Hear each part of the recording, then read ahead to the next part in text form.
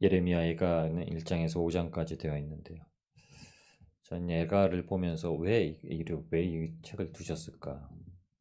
이해 안 되는 두 가지 성경책이 구약에 있는 게 하나는 아가, 하나는 애가. 아가는 왜 이렇게 생뚱맞게 뭐 남녀 간의 결혼 얘기 두셨나? 옛날엔 그랬습니다. 애가는 왜 예레미야가 눈물의 선지자라고 하지만 솔직히 예레미야 애가는 그 저자가 예레미야라는 게 분명하지는 않습니다. 그런데 예레미야가 집필하던 그 모든 형태가 유사하기 때문에 그리고 요시야 왕이 이제 죽고 나서 그 후대 왕권이 이어질 때에 활동하던 선지자가 예레미야였기 때문에 예레미야는 또 포로기에서 돌아올 것을 예언했기 때문에 그를 저자로서 두고 예레미야 애가라고 하지. 원래 본문에는 원래 시 제목은요 그냥 애가입니다. 애가. 그리고 히브리서 원래 제목은요 슬프도다예요. 슬프도다. 에카라는 히브리어를 쓰는데요. 이게 바로 첫 절, 첫 단어로 나온 겁니다. 슬프다. 아 슬퍼, 슬프다, 슬퍼. 오늘 본문 말씀 1절에 11절까지 말씀을 주시는데 여러분 정말 애통하는 자가 위로받을 것이라는 주님의 말씀처럼 우리의 심령이 가난해지고 그래서 하나님께로만 소망을 붙들 때 그것을 위해서 오늘 이 애가를 우리에게 남겨주셨다 생각을 하시고 가지고 있던 소망이 다 무너졌을 때 우리가 반드시 붙들어야 될 한 가지 참된 소망을 붙들도록 우리에게 남겨주신 귀한 책이다라는 걸 마음에 새기시고 한 주간 또 애가를 말씀을 나누시면서 은혜를 누리시길 주님의 이름으로 축원합니다. 오늘 1절부터 11절까지 이렇게 얘기합니다. 슬프다 얘기하면서 11절 말씀에 나는 비쳐나오니 여호와여 나를 돌아보옵소서 이렇게 얘기합니다. 이 비천하다는 말은 저희가 열왕기하 마지막에 보았던 그 비천하다는 말, 살아남다라는 이 말이 아니라 다른 말을 씁니다. 나는 비천한 자입니다라는 건요. 이전 영광을 다 탕진해 버린 자입니다. 이렇게 얘기합니다.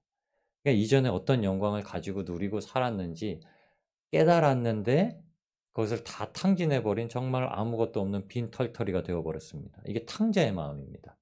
누가복음 15장에 하나님 아버지를 빗대어서 두 아들인 유대인과 이방인에 대해서 이야기를 할 때 예수님께서 둘째 아들에 대해서 이렇게 얘기하죠.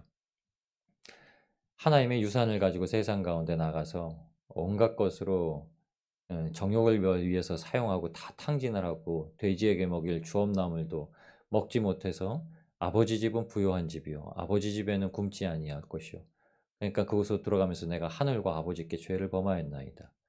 깨달은 거죠. 회개한 거죠. 회개하라 천국이 가까워라는 세례 요한의 첫 복음의 선포와 그리고 세례 요한의 죽음으로 말미암아 예수님께서 성령 세례를 주시기 위해서 똑같이 하셨던 복음 선포의 말씀. 회개하라 천국이 가까이 왔느니라. 그래서 물 세례로서는 우리의 육신의 삶을 정결하게 만들고 성령 세례로서는 미워하는 것까지 살해나는 것이라는 하나님의 율법을 강화하기 위해서 구원받은 심령, 하나님께서 우리에게 전을 어떻게 세우시냐면 성전으로 세우시기를 원하시는, 그러니까 우리를 참된 예배의 자리로 세우시기를 원하시는, 예배자로 세우시기를 원하시는, 그러니까 하나님이 거하시는 나라로 세우시기를 원하시는, 하나님께서 택하신 족속으로 세우시기를 원하시는 대로 서게 하시는 것이 바로 이 애가입니다. 그러면서 애가서에는 이렇게 단락을 구분해서 얘기하는데 첫 번째는 우리를 하나님의 자녀로 보시는 말씀이 첫 절부터 2절까지 양절 말씀이죠. 그래서 이렇게 얘기합니다. 우리는 열국 중에 크던 자고 열방 중에 공주였던 자고 예루살렘 성을 빗대어서 성을 그 여성형으로 인칭화합니다. 그래서 그 한 명의 인격체를 이렇게 얘기합니다. 하나님의 택하셔서 얼마나 크고 존귀하고 영화로운 존재였던가 이렇게 표현을 하면서 얘기를 합니다. 그 두 번째 3절과 4절엔요. 우리는 그 약속을 붙들고 있는 자다. 하나님께 그냥 택함 받았다는 건 구원의 약속, 천국을 유업으로 받는 약속의 존재. 그래서 유다라고 지칭하죠.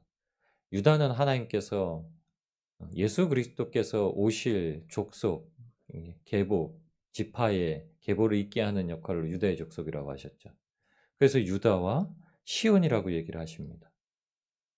우리를 지칭하시면서 우리는 반드시 약속을 가지고 있는 존재였다. 약속을 가지고 있는 존재가 이제 근심하고 시온도 공고를 받게 되었다. 하나님이 계신 성전이 빼앗겨 버리고 하나님이 머무시겠다는 성전이 없어지고 난 후에 약속도 사라져 버렸다는 거죠. 그리고 나서 5 절부터 7 절까지의 말씀입니다. 그 약속 가진 자뿐만이 아니라 우리는 그 약속을 복음을 전하여서 우리의 후대에까지 있도록 축복의 말씀을 허락받은 존재. 3-4 대까지의 저주의 중심이 될 것인가, 1000 대까지 복의 중심이 될 것인가. 한 명의 자녀로서의 모습이 아니라 주님께서 세우신 한 명의 아버지로서, 한 명의 부모로서, 한 명의 지도자로서, 한 명의 먼저된 자로서, 한 명의 약속의 본이 된 자로서 이렇게 살아가는데 그 모습조차도 다 떠나가 버렸다 이 얘기를 합니다.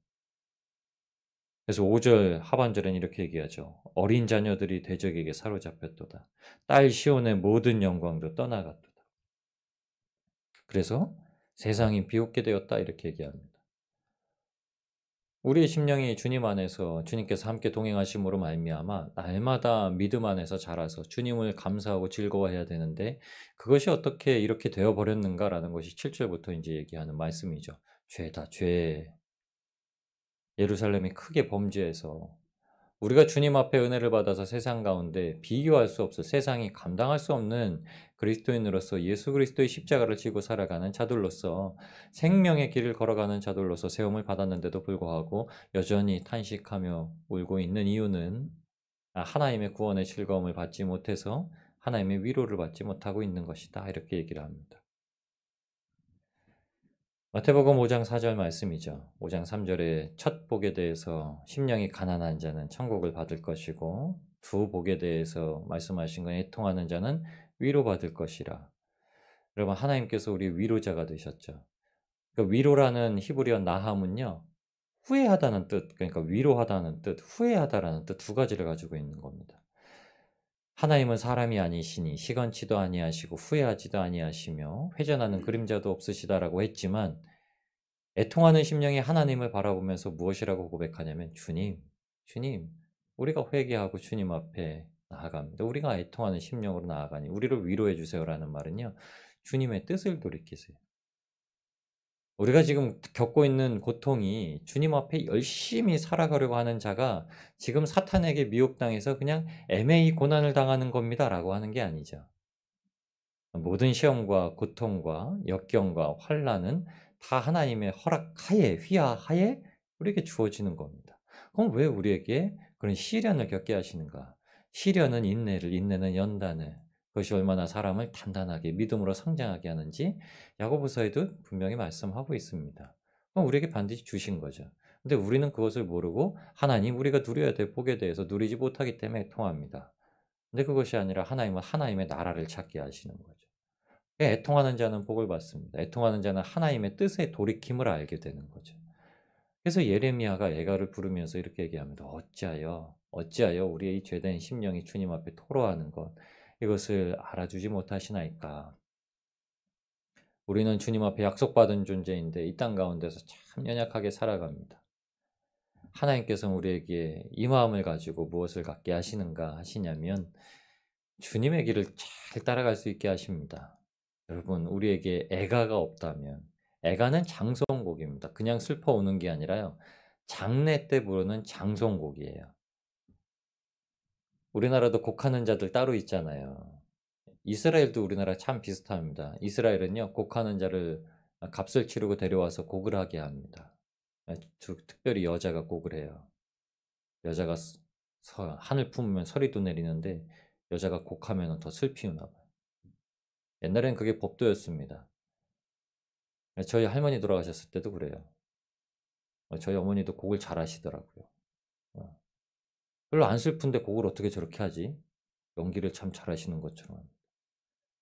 근데 예수님께서 비유에 말씀하셨습니다. 장터에 놓이는 아이들을 보아라.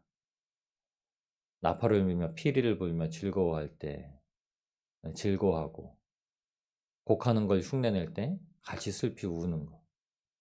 이게 뭐냐면 예수 그리스도께서 십자가를 지실 땐 십자가를 지고 십자가를 다 지고 십자가를 벗어버리게 될 때는 같이 웃게 될 것을 알아라. 이 땅 가운데서는 공고입니다. 이 땅 가운데 우리가 세상적인 슬픔을 지니고 산다는 의미로 말씀드리는 것은 아닙니다. 이 땅 가운데 반드시 예수 그리스도의 십자가가 우리의 삶에 주어졌을 때 하나님 앞에만 애통한다는 겁니다. 사람에게 비록 어떤 슬픔에 대해서 얘기하고 위로받기를 청할 수도 있지만 하나님은 분명히 우리의 기도를 골방에서 받으시기를 원하시고 그 애통함도 하나님께서만 취하시기를 원하십니다. 애가는 실질적으로 사람들에게 그렇게 하라 하나님을 부르짖으라 공통의 시로 불렸던 겁니다. 룻기서, 에스더서, 그다음 이 예레미야, 애가서는요. 이스라엘 절기 때마다 공통의 시로 불렸던 거예요. 이걸 읽고서 절기를 지킵니다.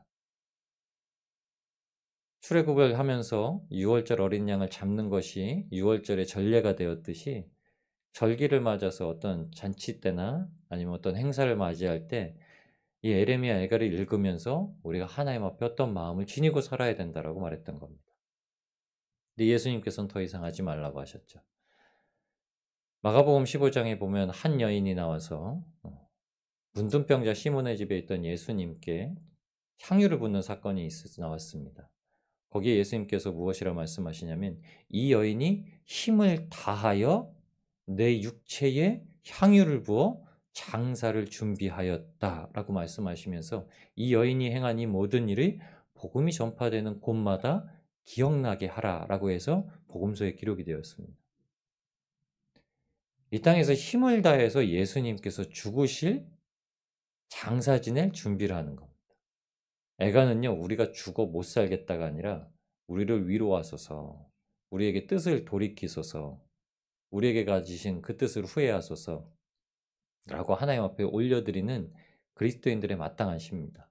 근데 우리는 결과를 알고 있죠. 예수님께서는 죽고 부활하셨고 우리의 이 삶은 다 지나가서 하나님께서 허락하시는 기쁨의 때를 맞이할 것을 알고 있습니다. 그래서 이 시는 반드시 이사야서 62장과 함께 보셔야 됩니다. 이사야서 62장에 하나님께서 일하실 터이니 너는 기다려라. 하나님의 손이 일하실 터이니 너는 즐거워하고 기뻐하라. 라는 말씀을 주십니다. 그래서 이사야서 62장에 주시는 단어 두 가지가 있는데 하나는 뷸라요, 하나는 헵시바라. 헵시바는 즐거워하라, 뷸라는 결혼한 자. 예수님께서 우리 신랑 되셔서 마침내 신부를 취하러 이 땅 가운데 오신다. 우리가 비록 애통하고 이 땅 가운데는 주님의 십자가를 지면서 주님 앞에만 토로해야 될 일들이 많이 생길 터이지만 우리는 반드시 주님의 위로를 받고 영원한 생명을 소망 가지고 누리고 살게 될 것이다 라는 그 소망의 말씀을 주십니다. 제가 이사야서 62장 1절에서 9절까지의 말씀만 읽고 마치도록 하겠습니다. 나는 시온의 의가 빛같이 예루살렘의 구원이 횃불같이 나타내도록 시온을 위하여 잠잠하지 아니하며 예루살렘을 위하여 쉬지 아니할 것인즉 이방 나라들이 너의 공의를 뭇 왕이 다 너의 영광을 볼 것이요 너는 여호와의 입으로 정하실 새 이름으로 일컬음이 될 것이며 너는 또 여호와의 손에 아름다운 관 내 하나님의 손에 왕관이 될 것이라. 다시는 너를 버림받은 자라 부르지 아니하며 다시는 네 땅을 황무지라 부르지 아니하고 오직 너를 헵시바라 하며 내 땅을 뷸라라 하리니 이는 여호와께서 너를 기뻐하실 것이며 내 땅이 결혼한 것처럼 될 것임이라. 마치 청년이 처녀와 결혼함 같이 내 아들들이 너를 취하겠고 신랑이 신부를 기뻐함 같이 내 하나님이 너를 기뻐하시리라. 예루살렘이여 내가 너의 성벽 위에 파수꾼을 세우고 그들로 하여금 주야로 계속 잠잠하지 않게 하였느니라. 너의 여호와로 기억하시게 하는 자들아 너희는 쉬지 말며 또 여호와께서 예루살렘을 세워 세상에서 찬송을 받게 하시기까지 그로 쉬지 못하시게 하라. 여호와께서 그 오른손 그 능력의 팔로 맹세하시되 내가 다시는 내 곡식을 내 원수들에게 양식으로 주지 아니하겠고 내가 수고하여 얻은 포도주를 이방인이 마시지 못하게 할 것인즉 오직 추수한 자가 그것을 먹고 나 여호와를 찬송할 것이요 거둔 자가 그것을 나의 성소들에서 마시리라 하셨느니라. 아멘. 여러분 그래서 이 땅에서 있는 것들로 하늘 창고에 쌓아두고 심는 겁니다. 절대 빼앗기지 아니하는 곳에서 하나님께서 우리에게 약속하신 것을 누리게 하시는 줄 압니다. 여러분 오늘도 애통하시고 슬퍼하시는 일을 겪게 되시면 주님 앞에 기도하시고 위로받으시고 하나님께서 뜻을 금세 돌이키셔서 하나님의 영광의 자리에 들어갈 수 있도록 인도하여 주시길 간구하시며 주님과 동행하시는 복된 하루 되시길 우리를 구원하신 예수님의 이름으로 축원합니다.